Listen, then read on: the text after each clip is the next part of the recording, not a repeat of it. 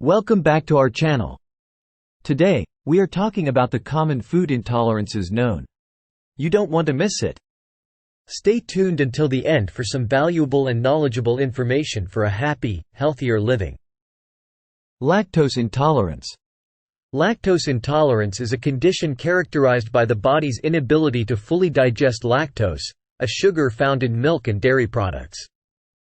This occurs when the small intestine fails to produce enough of the enzyme lactase, responsible for breaking down lactose into simpler sugars, glucose and galactose, that can be easily absorbed into the bloodstream.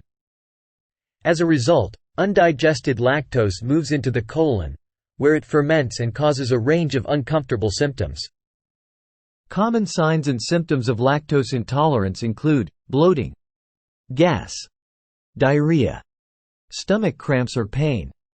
These symptoms typically manifest within 30 minutes to 2 hours after consuming lactose-containing foods. The severity of symptoms can vary from person to person, but individuals with lactose intolerance tend to experience discomfort after consuming dairy products. It is important to note that lactose intolerance is not the same as a milk allergy. In the case of a milk allergy, the body's immune system reacts to proteins found in milk, leading to allergic reactions that can involve symptoms such as hives, wheezing, and in more severe cases, anaphylaxis. Lactose intolerance, on the other hand, is related to the digestive system's inability to process lactose, leading primarily to gastrointestinal symptoms. Diagnosing lactose intolerance typically involves a combination of a physical exam, a review of symptoms, and one or more tests, such as the hydrogen breath test or lactose tolerance test. The hydrogen breath test measures the amount of hydrogen in the breath after consuming a lactose-containing beverage. Elevated levels of hydrogen in the breath can indicate improper digestion of lactose. The lactose tolerance test involves measuring blood sugar levels after consuming a lactose-containing solution. The management of lactose intolerance often involves dietary modifications.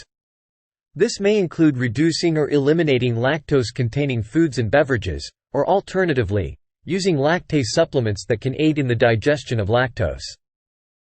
Additionally, many lactose-free or lactose-reduced dairy products are available in the market to accommodate individuals with lactose intolerance. While lactose intolerance can be a source of discomfort, it is a manageable condition. By working closely with healthcare providers and making informed dietary choices, individuals with lactose intolerance can effectively minimize symptoms and maintain overall well-being. Gluten intolerance.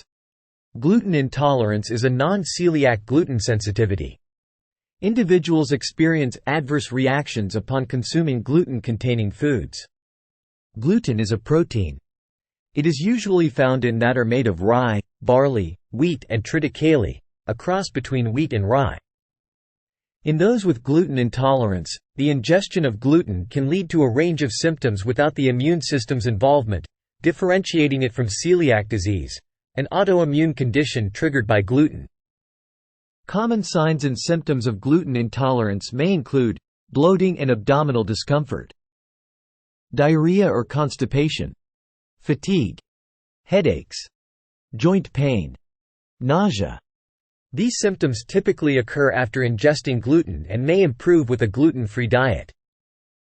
Although similar to celiac disease in symptomatology, gluten intolerance does not result in the bowel damage and long-term health consequences associated with celiac disease. Diagnosing gluten intolerance is often based on the elimination of celiac disease and wheat allergy, followed by a process of symptom evaluation after a period of adherence to a gluten-free diet, and potential reintroduction of gluten to observe symptom reoccurrence. The management of gluten intolerance principally involves following a strict diet, resolving of avoiding foods and products composed of barley, rye, wheat. Many individuals with gluten intolerance find relief from symptoms and experience improved well-being by adhering to such a diet. As with any health-related concern, it is essential to consult with healthcare providers for an accurate diagnosis and appropriate management strategies tailored to individual needs. FODMAP sensitivity. FODMAP's intolerance refers to a condition in which individuals experience difficulty digesting certain types of carbohydrates. The term FODMAPs stands for fermentable oligosaccharides, disaccharides, monosaccharides, and polyols. They are carbohydrates and sugar alcohols located in a variety of foods. These carbohydrates are the reason for digestive discomfort in some individuals, particularly those with irritable bowel syndrome, IBS, or other functional gastrointestinal disorders. FODMAPs are commonly found in a wide range of foods, including certain fruits, such as apples, pears, and watermelon, vegetables, such as onions, garlic, and legumes, dairy products, sweeteners, including sorbitol and mannitol, and wheat-based products. When consumed, these fermentable carbohydrates have the potential to cause bloating, gas, abdominal pain, and altered bowel habits in susceptible individuals. The low FODMAP diet, developed by researchers at Monash University, has gained prominence as a management approach for individuals with FODMAP's intolerance. This diet involves restricting high FODMAP foods and consuming low FODMAP alternatives to alleviate symptoms. The guiding principle of the low FODMAP diet is to reduce the intake and absorption of fermentable carbohydrates in the small intestine and the gut bacteria in the large intestine, leading to gastrointestinal symptoms in sensitive individuals. The process of managing FODMAP's intolerance typically begins with a thorough assessment by a healthcare professional, such as a registered dietitian or gastroenterologist, who can provide personalized guidance and support. Following an initial evaluation, individuals may undergo a structured elimination and reintroduction process to identify specific FODMAPs that trigger symptoms. This approach entails eliminating high FODMAP foods for a determined period.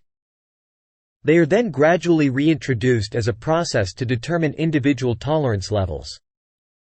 The low FODMAP diet is not designed for long-term use. Once trigger foods have been identified, the diet can be modified to maintain nutritional adequacy while minimizing symptoms. Additionally, individuals are encouraged to work closely with healthcare professionals to ensure that the diet is tailored to their specific needs, as prolonged restriction of certain food groups can potentially impact overall nutrient intake. Overall, the management of FODMAP's intolerance involves a comprehensive approach that emphasizes education, dietary modifications, and ongoing support. By working collaboratively with healthcare professionals and adhering to personalized dietary strategies, individuals with FODMAP's intolerance can gain better control over their symptoms and improve their overall quality of life. Food additives. Food additives are substances that are included in food products to help preserve, process, or improve the food in some way. These additives serve a variety of functions, such as enhancing taste and appearance, extending shelf life, modifying texture, and preventing spoilage. Food additives can include a diverse range of substances, including both natural and artificial compounds. Some common types of food additives include preservatives, which help prevent spoilage and extend shelf life, antioxidants, which prevent or slow oxidation and maintain color and flavor, coloring agents, which enhance or restore color to foods, emulsifiers, which help mix ingredients that don't normally mix well, such as oil and water, and flavor enhancers. The use of food additives is regulated by food safety authorities in many countries to reinforce their safety for consumption. When used appropriately and in compliance with regulatory standards, food additives can contribute to food safety and quality by maintaining the flavor, texture, and appearance of processed foods while extending their shelf life. Regulations typically require food manufacturers to list any additives in the ingredients list on food labels, making consumers aware of their presence in packaged foods. That is for today. Knowledge is crucial, but application of the knowledge is power. Until then, stay healthy.